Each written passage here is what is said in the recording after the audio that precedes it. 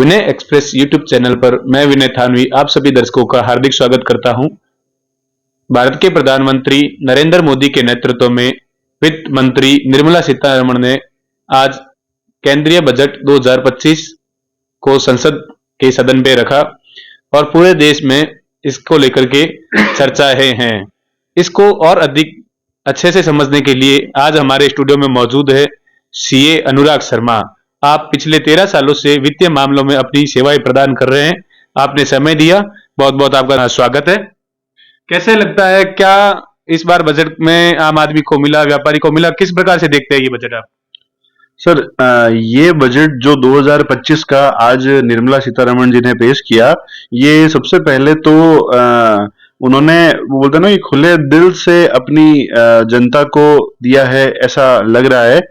और उन्होंने जो इनकम टैक्स स्लैब में जो 7 लाख रुपए तक कोई टैक्स नहीं लेता था उसको बढ़ा करके 12 लाख रुपए कर दिया।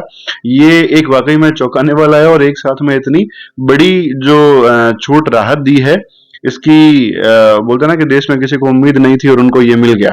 तो वाकई में ये मिडिल क्लास के लिए बहुत ही अच्छा उनका कदम है।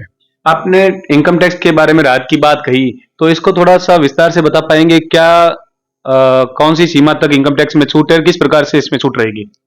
जी, इनकम टैक्स के अंदर जो नई टैक्स रिजीम है, न्यू टैक्स रिजीम जिसको बोलते हैं, उसके अंदर अब 12 लाख रुपए तक का उन्होंने प्रोविजन किया है कि 12 लाख रुपए तक जिनकी अगर आय होती है उनको कोई टैक्स नहीं लगेगा। और जो वेतनभोगी है यानी कि सैलरीड पर्सन है, उनको 75,000 रुपए स्टैंडर्ड डिडक्शन एक्स्ट्रा है, तो 12,75,000 रुपए उनके लिए एक हिसाब से लिमिट रहेगी। 12 लाख से जो ऊपर जा रहे हैं उनके लिए वो एक स्लैब है कि भाई 4 लाख तक कोई टैक्स नहीं, 4 से 8 तक 5, 8 से 12 तक 10, 12 से 16 15, 16 से 20 तक 20, 20 से 24 तक 25 और 24 से ऊपर 30% की दरें निर्धारित की गई है। तो इससे लगता है काफी राहत सैलरीड पर्सन को, करदाताओं को मिलेगी। व्यापारी वर्ग के लिए बजट कैसा देखते हैं आप? व्यापारी वर्ग को भी सबसे पहले तो जो इनकम टैक्स में छूट मिलेगी 12 लाख तक की वो है।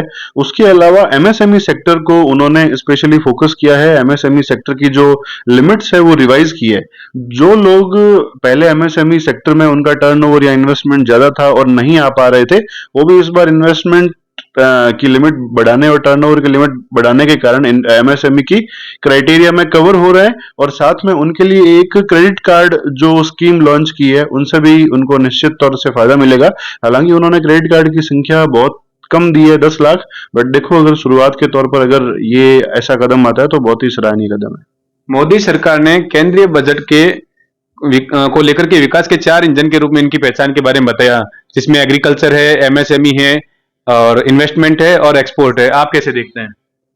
एमएसएमई के बारे में तो अभी हमने चर्चा की। उसके बाद में एग्रीकल्चर पे अगर मैं बात करूं तो एग्रीकल्चर के अंदर भी उन्होंने जो कई फसल के ऊपर जो डेवलपमेंट है, एमएसपी प्राइस है, उसके बारे में बोला है।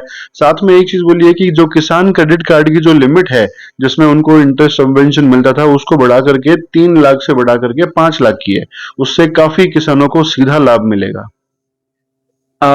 ओवरऑल देखा जाए तो इस बजट में टैक्स डिडक्शन सोर्सेज पे भी चर्चा हुई, तो आप कैसे देखते हो उसको? टैक्स डिडक्टेड एट सोर्सेज यानी कि टीडीएस जो हमारा किसी भी ट्रांजेक्शन पर कटता है, उसके बारे में भी काफी उन्होंने बदलाव किया है। जैसे टीडीएस के अंदर उन्होंने सबसे पहले बदलाव किया कि जो वरिष्ठ नागरिक है उनके लिए जो ब्याज है उसकी लिमिट पहले 50,000 थी कि अगर आपका 50,000 तक सालाना ब्याज होता है तो कोई टीडीएस नहीं लगेगा। अब उसको रिवाइज करके 1 लाख रुपए कर दिया, तो इसका उनको फायदा मिलेगा। साथ ही में मकान जो रेंट था, रेंट किराए की जो इनकम थी उसके ऊपर 6 लाख रुपए वो बता रहे हैं। एक्चुअली 50,000 रुपए पर मंथ लिमिट है, उसके ज्यादा अगर होता है तभी आपका टीडीएस कटेगा, वरना नहीं कटेगा।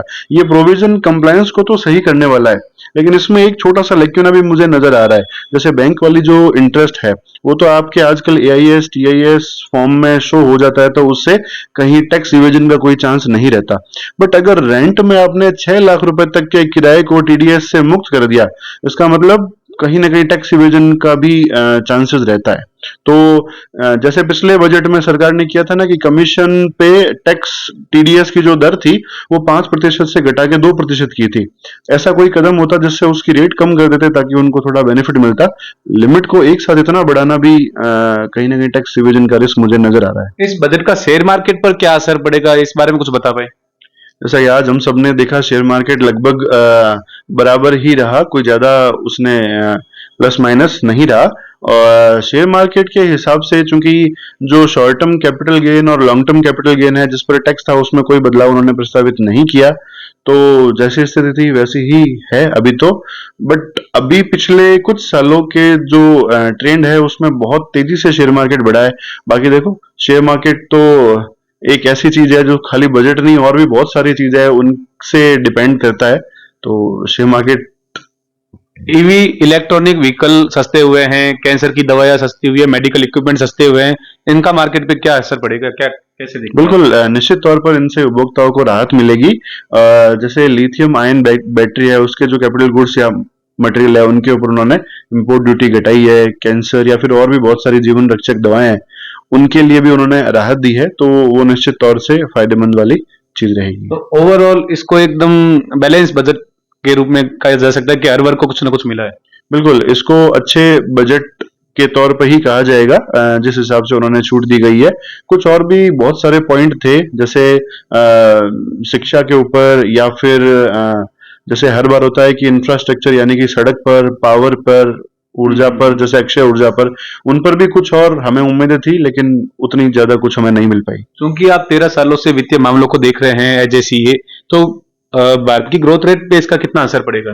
भारत की ग्रोथ चूंकि इस बजट में करदाताओं को छूट दी गई है, इसका मतलब उनके पास ज्यादा पैसा रहेगा, तो हमारा जो खर्च करने का जो तरीका है वो बढ़ेगा, उससे हमारी इकोनॉमी में भी निश्चित तौर पर वृद्धि देखी जाएगी। तो ये थे हमारे साथ में सी अनुराग जी। समय समय पर इनसे मिलते रहेंगे और भी चर्चाएं करते रहेंगे। धन्यवाद।